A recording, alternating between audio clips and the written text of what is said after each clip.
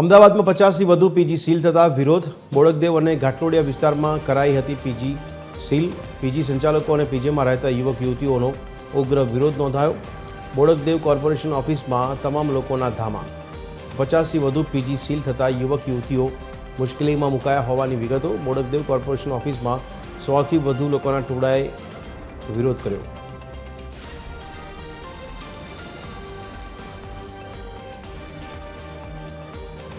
Bodakdev corporation ઓફિસમાં 100થી વધુ લોકોનું ટોળું પહોંચ્યું હતું અને વિરોધ કરવામાં આવ્યો હતો. અમદાવાદમાં 50 જેટલી પીજી સીલ કરવામાં આવતા વિરોધ દર્શાવવામાં આવ્યો છે. અમદાવાદમાં પીજી સીલ કરવાની કાર્યવાહીથી લોકોમાં નારાજગી પ્રવર્તી રહી છે.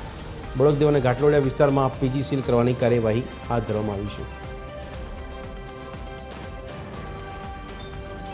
તો આજ અંગે વધુ વિગત આપી રહ્યા છે અમારા સંવાદદાતા ભાવેશ રાજપૂત. ભાવેશ, જણાવશો પીજી સીલ કરવાની કાર્યવાહી કયા આધાર પર કરવામાં આવી છે અને સાથે જે લોકોએ વિરોધ દર્શાવ્યો તેમની શું માંગણી છે? વધુ વાત કરવામાં આવે તો અમદાવાદના ઉત્તર પશ્ચિમ ઝોનમાં ગેરકાયદેસર પીજી સામે અમદાવાદ મ્યુનિસિપલ કોર્પોરેશન દ્વારા કડક કાર્યવાહી કરવામાં આવી હતી, જેમાં રહેણાંક વિસ્તારોમાં ચાલતા ગેરકાયદેસર પીજી પર કાર્યવાહી કરીને તેને સીલ કરવામાં આવ્યા હતા. જેમાં વિરાજ એપાર્ટમેન્ટમાં 32 વિદ્યાર્થીઓ પીજી તરીકે રહેતા હોવાની માહિતી સામે આવી હતી અને જે વિદ્યાર્થીઓ પોતાના કામ ઉપર ગયા હતા તેમને પીજી સીલ કરી દેવામાં આવતા તેઓએ બોડકદેવ પોલીસ સ્ટેશનમાં હોબાળો મચાવ્યો હોવાની ઘટના સામે આવી છે. અને જે 100થી વધુ વિદ્યાર્થીઓનું અને લોકોનું ટોળું બોડકદેવ પોલીસ સ્ટેશનમાં પહોંચ્યું હતું અને પોતાનો વિરોધ દર્શાવ્યો હતો. હવે જે પ્રકારે પીજીમાં અવારનવાર ઝઘડાઓ થતા હોય છે તેના કારણે કોર્પોરેશન દ્વારા આ કાર્યવાહી કરવામાં આવી છે. હવે વિદ્યાર્થીઓની એવી માંગ છે કે તે સીલ ખોલવામાં આવે. હવે જોવાનું એ રહેશે કે કોર્પોરેશન દ્વારા આગામી સમયમાં શું કાર્યવાહી કરવામાં આવે છે. ભદ્રેશ. ભાવેશ, પીજી જે સીલ કરવામાં આવે તેમાં યુવક યુવતીઓ માટે હવે વિકલ્પ શું?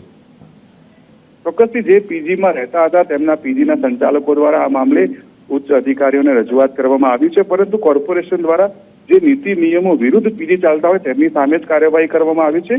જે નિયમ પ્રમાણે ચાલતા પીજી છે તેમની સામે કાર્યવાહી કરવામાં નથી આવી અને કોર્પોરેશન દ્વારા વારંવાર સૂચનાઓ આપવામાં આવે છે કે જે પીજીના સંચાલકો છે તે નીતિ નિયમોનું પાલન કરે, પરંતુ આ કેસમાં જે પ્રકારે કાયદાનું ઉલ્લંઘન કરવામાં આવ્યું છે તેને લઈને કાર્યવાહી કરવામાં આવી છે.